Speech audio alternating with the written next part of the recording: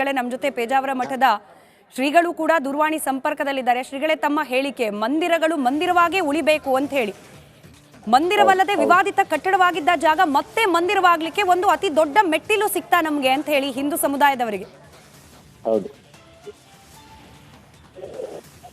ನಾವು ಹಿಂದೂ ಸಮಾಜದ ಮಂದಿ ನಮ್ಮ ಭಾರತದ ಸಂವಿಧಾನದ ಮೇಲೆ, ನಮ್ಮ ನ್ಯಾಯಾಂಗ ವ್ಯವಸ್ಥೆಯ ಮೇಲೆ, ಪ್ರಜಾಸತ್ತಾತ್ಮಕವಾದಂತಹ ಆಡಳಿತೆಯ ಮೇಲೆ, ಇದಕ್ಕೂ ಮಿಗಿಲಾಗಿ ನಮ್ಮ ಧಾರ್ಮಿಕ ಶ್ರದ್ಧೆ, ದೇವರ ಮೇಲೆ ನಾವಿಟ್ಟಿರುವ ಭಕ್ತಿ, ಇದಕ್ಕೆಲ್ಲಕ್ಕೂ ಸಂದಿರತಕ್ಕಂತಹ ದೊಡ್ಡ ಜಯ ಅಂತ ನಾವು ಭಾವಿಸ್ತಾ ಇದ್ದೇವೆ, ಸ್ವಾಗತಿಸ್ತಾ ಇದ್ದೇವೆ.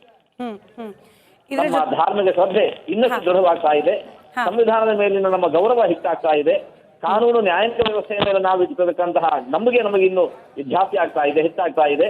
ಇನ್ನು ನಮ್ಮ ಪ್ರಜಾಸತ್ತಾತ್ಮಕ ಆಡಳಿತ ವ್ಯವಸ್ಥೆ ಮೇಲೆ ನಾವು ಇಟ್ಟಿರತಕ್ಕಂಥ ನಂಬಿಕೆ ಇವೆಲ್ಲವೂ ಕೂಡ ಜಾಸ್ತಿ ಆಗ್ತಾ ಇದೆ, ಹೆಚ್ಚಾಗ್ತಾ ಇದೆ. ಧಾರ್ಮಿಕ ಶ್ರದ್ಧೆ ಇನ್ನಷ್ಟು ದೃಢವಾಗ್ತಾ ಇದೆ, ದೇವರ ಮೇಲಿನ ಭಕ್ತಿ ನಮಗೆ ಇನ್ನಷ್ಟು ದೃಢವಾಗ್ತಾ ಇದೆ. ಇದೆಲ್ಲಕ್ಕೂ ಸಂಬಂಧಿಸಿರತಕ್ಕಂಥ ಜಯ ಇದು. ನಿಜ ನಿಜ. ಇದರ ಜೊತೆಗೆ ಹಿಂದೂ ಸಮುದಾಯ ಬಹುಸಂಖ್ಯಾತರಾಗಿದ್ರೂ ಕೂಡ ತಾಳ್ಮೆ, ಅಂದ್ರೆ ಕಾನೂನಾತ್ಮಕವಾಗಿಯೇ ನಮಗೆ ಒದಗಿರುವ ಸಮಸ್ಯೆಗಳನ್ನ ಪರಿಹಾರ ಮಾಡ್ಕೊಳ್ತೀವಿ, ಅದು ದೇವರ ವಿಚಾರವಾದರೂ ಸರಿಯೇ, ಕಾನೂನು ಮೀರಿ ನಾವು ವರ್ತನೆ ಮಾಡೋದಿಲ್ಲ ಅನ್ನೋ ಬಹುದೊಡ್ಡ ಸಂದೇಶ ವ್ಯಕ್ತವಾಯಿತು ಅಂತ ಹೇಳಿ.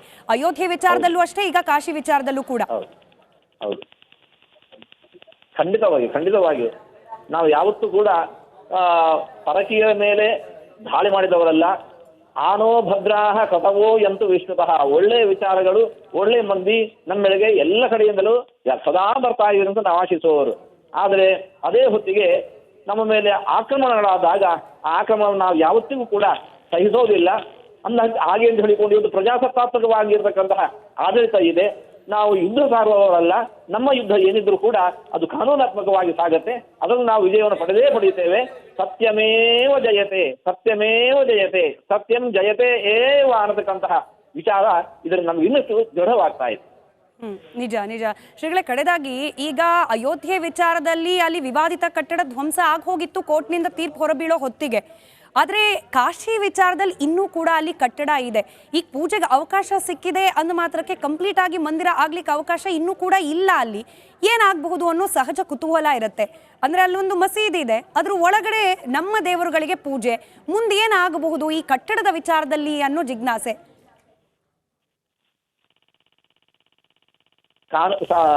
ನ್ಯಾಯಾಲಯ ಇವತ್ತು ಪೂಜೆ ಮಾಡ್ಲಿಕ್ಕೆ ಅವಕಾಶ ಕೊಟ್ಟಿದೆ ಅಂತಂದ್ರೆ ಅವಶ್ಯವಾಗಿ ಅಲ್ಲಿ ಪೂಜೆ ಪ್ರಾರಂಭ ಆಗಬೇಕು.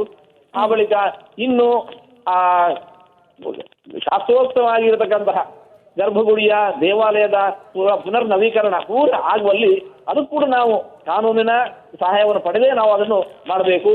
ಆವಾಗ ಪರಿಪೂರ್ಣವಾಗಿ, ಸ್ವಚ್ಛವಾಗಿ, ಸುಂದರವಾಗಿ ಮಂದಿರ ಪುನರ್ ನವೀಕರಣಗೊಳ್ಳಬೇಕು ಅನ್ನತಕ್ಕಂಥದ್ದು ನಮ್ಮ ಆಸೆ.